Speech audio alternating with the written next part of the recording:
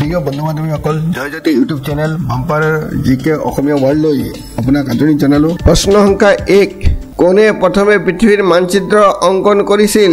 উত্তৰটো হ'ল গ্ৰীক বৈজ্ঞানিক আনামাৰ্চিণ্ডাৰে প্ৰথমে বিশ্বৰ মানচিত্ৰ অংকন কৰিছিল। প্ৰশ্ন সংখ্যা 2 কোন গছে ঘৰখন এচিৰ দৰে ঠাণ্ডা কৰি ৰাখে? শুদ্ধ উত্তৰটো হ'ল এল'ভেৰা।